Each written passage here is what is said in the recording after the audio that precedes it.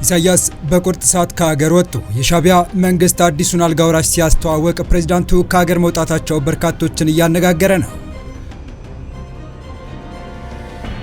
አባይ ለሁላችንም የተሰጠ ታላቅ መለኮታዊ ጸጋ ነው። ጠቅላይ ሚኒስትር አብይ አህመድ በጠና የታመሙት የጠቅላይ ሚኒስትር አብይ ወንድም በርካታ መሪዎች የጉብኝት ጉዟቸውን እየሰረዙ ሲሆን በህይወት የመኖራቸው ነገርም ጥያቄ ውስጥ ገብቷል። የኢትዮጵያ መንግስት ለኤርትራ ደብዳቤ ልኮ ወደ ኢትዮጵያ ድንበር ዘልቆ በመግባት የተቆጣጠራቸውን ቦታዎች እንዲለቅ ጠይቆ የነበረ ሲሆን ሻዕቢያ በምላሹ አሻፈረኝ ማለቱ ተከትሎ መከላከያ ወደ ኤርትራ ድንበር በከባድ መሳሪያ ታጅቦ ጉዞ መጀመሩ ይታወቃል። ታዲያ የኤርትራ ጦርም ወደ ትግራይ አንዳንድ አካባቢዎች በተጠናከረ መልኩ መግባት መቀጠሉ እየተነገረ በሚገኝበት በዚህ ሰዓት የሻዕቢያው መሪ ከሀገር መውጣት መሰማቱ ትልቅ ትኩረት ስቧል። ከሀገር ለመውጣታቸውም የተለያዩ ምክንያቶች እየተሰጡ ይገኛሉ። ከነዚህ መካከል አንዱ መከላከያ ወደ ኤርትራ ድንበር በመጠጋቱ ነው የሚሉም አሉ።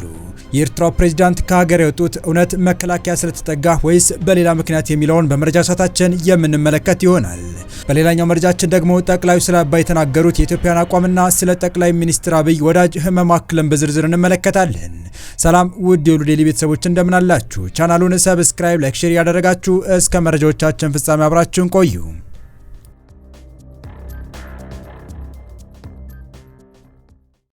በመጀመሪያ ከወደ ደቡብ የሀገራችን ክፍል የተሰማውን አሳዛኝ መረጃ እናስቀድም። ደቡብ ኢትዮጵያ ክልል ጋሞ ዞን አርባ ምንጭ ዙሪያ በወረዳ በተቀሰቀሰ ግጭት 15 ሰዎች መገደላቸውን ነዋሪዎችና አካባቢውን የወከሉ የህዝብ ተወካዮች ምክር ቤት አባል ገልጸዋል። ነዋሪዎችና የምክር ቤት አባሉ እንዳሉት ሰዎች የተገደሉት ከትናንት በስቲያ እሁድና ትናንት ሰኞ በወረዳው ዛይሴ ወዛቃና ዛይሴ ደምብሌ በተባሉ ቀበሌያት በተቀሰቀሰ ግጭት ነው።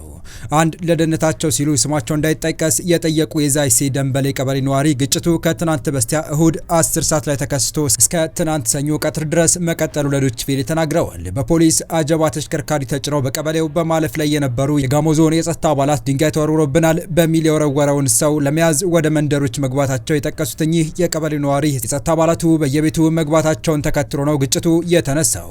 የጸጥታ አባላቱ በመንደሩ ላይ በከፈቱት ተኩስ ወላጅ አባታችንን ጨምሮ የአምስት ሰዎች ህይወት አልፏል ብለዋል። የዛይሴ የምርጫ ክልልን በመወከል የህዝብ ተወካዮች ምክር ቤት አባል አቶ አብርሃም አሞሼ የጸጥታ አባላቱ በቀበሌያቱ ከፈቱት ባሉት ተኩስ በዛይሴ ወዘቃ ቀበሌ 7 እና በዛይሴ ድምብሌ ቀበሌ ደግሞ 8 ሰዎች መገደላቸውን ተናግረዋል። ዶይቼ ቬለ ተከስቷል የተባለውን ግጭት አስመልክቶ ምላሽ ለማግኘት የጋሞ ዞን አስተዳደርንም ሆነ የዞኑን ፖሊስ መምሪያ ኃላፊዎች ለማነጋገር ያደረገው ጥረት አልተሳካም። ይሁን እንጂ ከቀናት በፊት በተካሄደ የደቡብ ኢትዮጵያ ክልል 5ኛ ዓመት 6ኛ መደበኛ ጉባኤ ላይ የስራ ሪፖርት ያቀረቡት የክልሉ ርዕሰ መስተዳደር አቶ ጥላሁን ከበደ የክልሉን የጸጥታ ጉዳይ በሪፖርታቸው ጠቅሰዋል። ርዕሰ መስተዳደር ጥላሁን በስም ባልጠቀሷቸው ነገር ግን በአንዳንድ የክልሉ አካባቢዎች ባሏቸው ስፍራዎች ላይ ከአደረጃጀት ጥያቄ፣ ከማንነት፣ ከሃይማኖት ጽንፈኝነትና ከመሬት ወረራ ጋር በተያያዘ ግጭቶች መከሰታቸውን ተናግረዋል። በግጭቶቹ በሰውና በንብረት ላይ ጉዳት መድረሱን የጠቀሱት ርዕሰ መስተዳድሩ የተወሰነ ግጭቶች በእርቅ እንዲፈቱ ተደርጓል። በተፈጠረው ግጭት ምክንያት ተዘርፈው የነበሩ ንብረቶችም ለባለቤቶቻቸው የመመለስ ስራዎች እየተከናወኑ ሲሆን ግጭት ጠማቂዎችም ለህግ እንዲቀርቡ ተደርጓል ብለዋል። በዚሁ ወደ ተከታዩ መረጃ እንለፍ። ኢሳያስ አፈወርቂ በቁርጥ ቀን ከሀገር መውጣታቸው ተነግሯል። ፕሬዝዳንቱ ከሀገር የወጡበት ምክንያት እስካሁን በውል ባይገለጽም ሁለት ወሳኝ መላምቶች የተሰነዘሩ ሲሆን በርካቶችም እየተነጋገሩባቸው ይገኛሉ። ከሰሞኑ በምጽዋ ወደብ በተካሄደው የፈንቅል ኦፕሬሽን መታሰቢያ ፕሮግራም ላይ ፕሬዝዳንቱ አለመገኘታቸው ደግሞ ከሀገር ወጥቷል የሚለው መረጃ የሚያጠናክር ሆኗል። በፕሮግራሙ ላይ አባቱን ወክሎ የተገኘው ቀጣዩ የሀገሪቱ ፕሬዝዳንትና አልጋ ወራሽ ይሆናል ተብሎ የሚታሰበውና በአሁኑ ወቅት በሀገሪቱ መከላከያ ሰራዊት ውስጥ ቁልፍ ስልጣን ይዞ እየሰራ የሚገኘው የፕሬዝዳንት ኢሳያስ የመጀመሪያ ልጅ አብርሃም ኢሳያስ አፈወርቂ ነው። የኤርትራው ፕሬዝዳንት ኢሳያስ አፈወርቂ ከሀገር መውጣታቸው ተከትሎ ጉዳዩ በርካቶችን እያነጋገረ ሲሆን ፕሬዝዳንቱ ከሀገር የወጡበት ምክንያት ላይ ግን የተለያዩ አስተያየቶች እየተሰጡ ሲሆን የጤና እክል ገጥሟቸዋል የሚለውና ከኢትዮጵያ ጋር ሊገቡበት የተቃረቡበት ጦርነት በተያያዘ ሸሽተው ሊሆን ይችላል የሚሉት ሁለት ምክንያቶች ጎላ ብለው እየተሰሙ ናቸው። ሁለቱም መላምቶች ኢትዮጵያ ይገባኛል ከምትለው የባህር በር ጋር ተያይዞ በሁለቱ ሀገራት መካከል ሊፈነዳ ከተቃረበው ጦርነት ጋር የሚያያዙ ናቸው የሚሉ ገለልተኛ አስተያየት ሰጪዎች እንደሚሉት አንድም ከጦርነት አስቀድሞ መውደቂያቸው ማመቻቸታቸው፣ ሁለትም ከእድሜያቸው መግፋት ጋር ተያይዞ ጦርነት የፈጠረባቸው ጭንቀት መቋቋም ባለመቻላቸው ጤናቸው እክል ቢገጥመው የሚጠበቅ ነው ያሉ ሲሆን በሌላ በኩል ደግሞ የፕሬዝዳንቱ ከሀገር መውጣትም ሆነ ከእይታ መጥፋት ቀጣዩ የሀገሪቱ መሪ ለህዝብ ለማስተዋወቅና ከወዲሁ እርሳቸው መገኘት ባለባቸው ቦታዎች ላይ የተገኘ ልምዶችን እንዲወስድ ህዝቡም ከአዲሱ መሪ ጋር እንዲላመድ በማሰብ ሊሆን ይችላል እያሉ ይገኛሉ። ይሁን እንጂ ይህንን ዘገባ እስከሰራንበት ሰዓት ድረስ ፕሬዚዳንቱ ከሀገር የወጡበት ትክክለኛ ምክንያት ማወቅ አልተቻለም። ከኤርትራ በኩል ይፋዊ መግለጫ ወይም ማስተባበያም አልተሰጠም።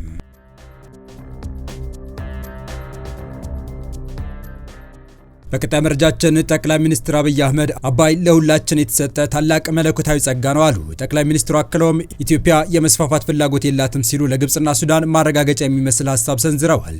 ጠቅላዩ ይህን ያሉት በአረብኛ ባወጡት መግለጫ ነው።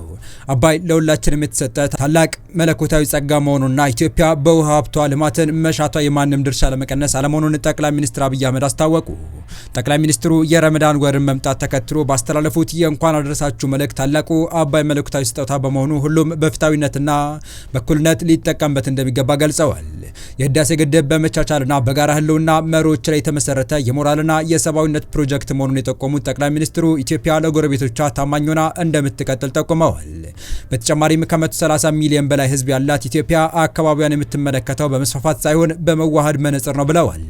በዚህም ወደ ባህር በር የመድረስ ፍላጎታችን ሰላማዊ እንዲሁም የህልውና አስፈላጊነት ላይ የተመሰረተና የህዝባችን ቁጥር መጨመር ታሳቢ አድርጎ የሚመራ ህጋዊ ጥሪ መሆኑን አመልክተዋል።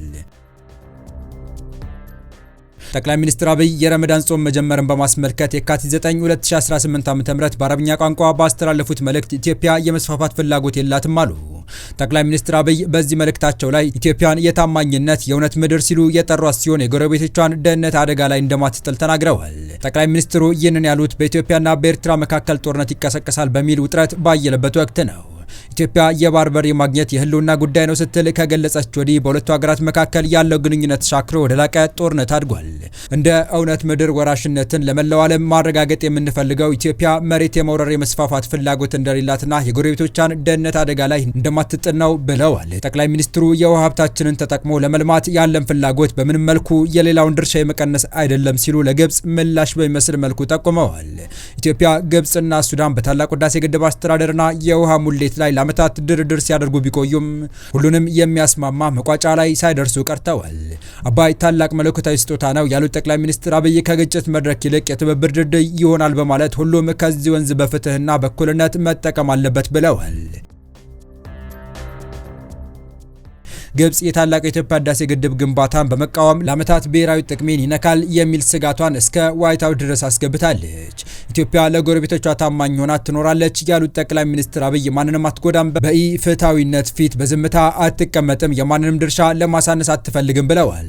ኢትዮጵያ ዛሬ ከ130 ሚሊዮን በላይ የሚሆን ህዝቧን ከድህነት ለማውጣት ትግል እያደረገች መሆኑን የጠቀሱት ጠቅላይ ሚኒስትሩ አካባቢዋን የምትመለከተው በውህደት እንጂ በመስፋፋት አይደለም ሲሉ ተናግረዋል።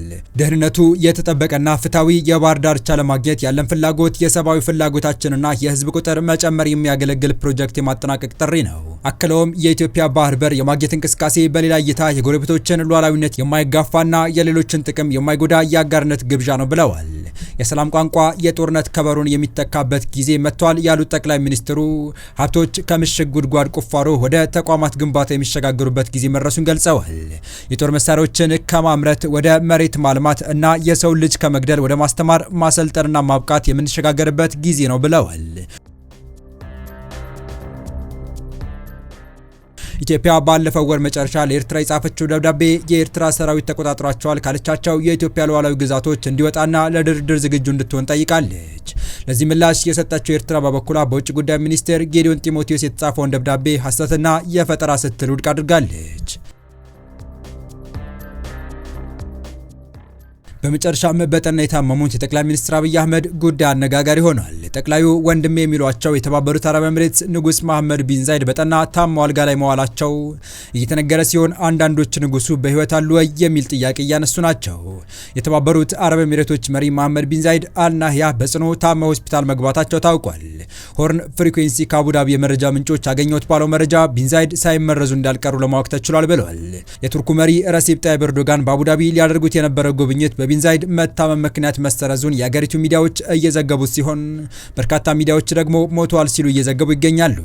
በጉዳዩ ዙሪያ ከአቡዳቢ የተሰጠ መግለጫ የለም።